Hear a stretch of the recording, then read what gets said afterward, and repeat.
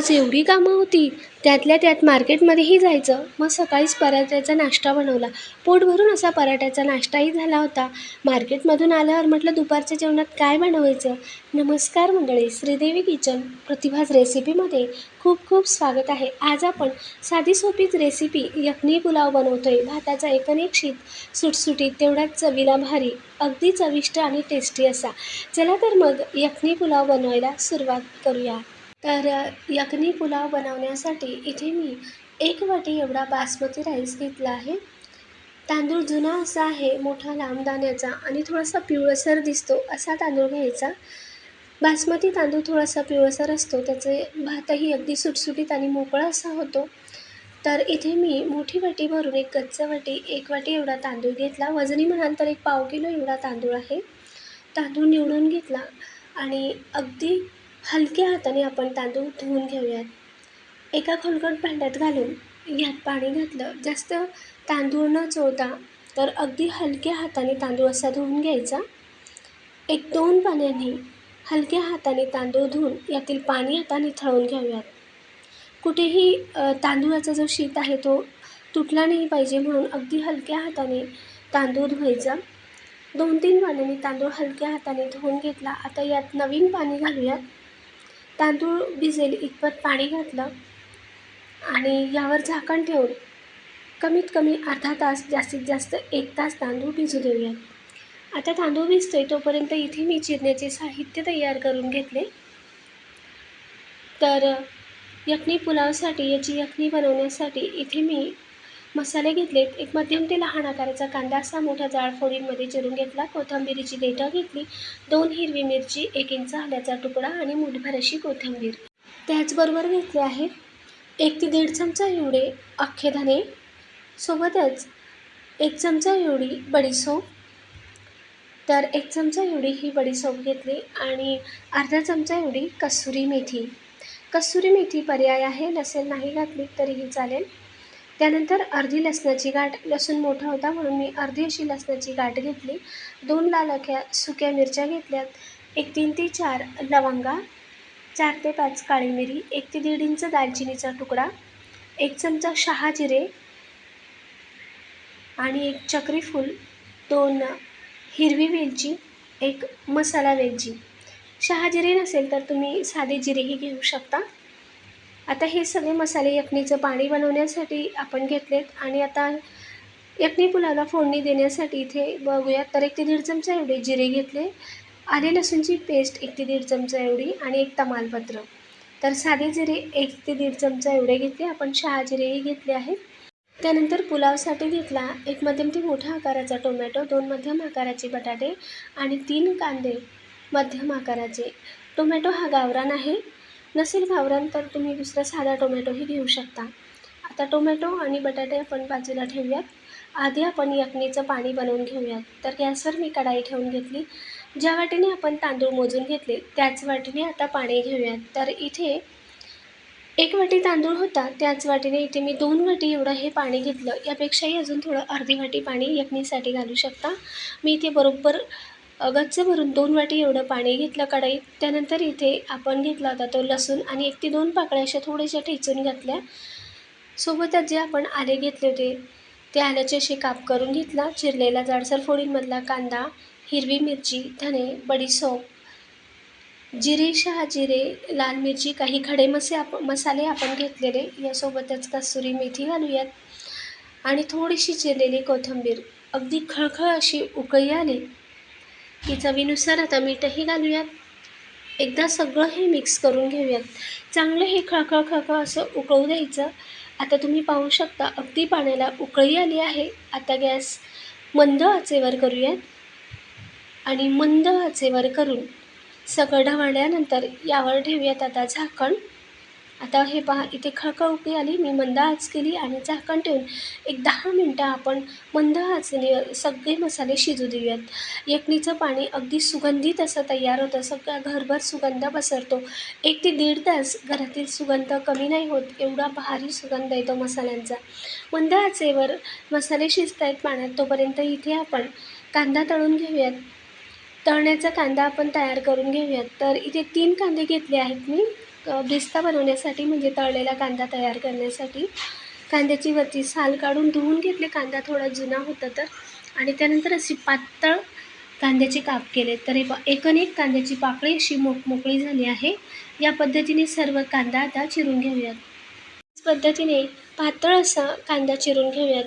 कांदा उभा पातळ न चिरता मी अशा 2 फोळींमध्ये केल्यानंतर कांदा हे पहा असा आडवा ठेवायचा आणि आडवा ठेवून अगदी बारीक अशी याची स्लाईस तयार होतात. तर हे पहा किती बारीक असा कांदा आपला चिरला गेला आहे, अगदी बिर्याणीला चिरतो तसाच. आता गॅसवर कढाई ठेवून घेतली आणि कांदा आपण तळून घेऊयात. तेल गरम झाल्यावर यात कांदा घातला. गॅसची आच अगदी मंद किंवा मध्यम आचेवर करायचा नाही, नाहीतर मग कांदा तळताना अगदी मऊ होऊन जातो आणि फार तेल शोषतो. म्हणून मध्यम ते मोठ्या आचेवर गॅसची आच ठेवायची आणि कांदा एकसारखा उलटपालट करायचा. कांद्याची पाकळी जर अशी सुटसुटीत होत नसेल तर थोडंसं वरून चिमूटभर मीठ घालायचं. मी आधीच कांदा चिरून घेतला तेव्हाच थोडासा मिठाचा हात लावून कांद्याची एकूण एक पाकळी पाटावरच अशी मोकळी करून घेतली. तर हे पहा सुटसुटीत असा कांदा झाला आहे आणि मग मोठ्या आचेवरच मी कांदा इथे तळून घेतला. जास्तही लाल किंवा करपट करायचा नाही. या पद्धतीने कांदा तळून एका प्लेटमध्ये काढून घेतला आणि तोपर्यंत इथे मी बटाटा, टोमॅटो आणि शिमला मिरची चिरून घेतली. आता एक 10 मिनटं मंद आचेवर आपले मसाले शिजत होते पाण्यात. तर हे पहा मसाल्यांची यखणी आपली तयार झाली. खूप मस्त असा सुगंध येतोय. एकदा करून पहा, नक्कीच तुम्हाला आवडेल. तर हे पहा पाण्याचा रंगही मस्त आला आहे. लाल आखी सुकी मिरची नसेल तर तुम्ही यात हिरवी मिरचीही घालू शकता. आणि आता हे सगळं मसाल्यांचं पाणी आपण गाळून घेऊयात. एका टोपमध्ये मी सर्व पाणी असं हे गाळून घेतलं. हे पहा या पद्धतीने. आता हे पाणीही तुम्हाला मोजून दाखवते.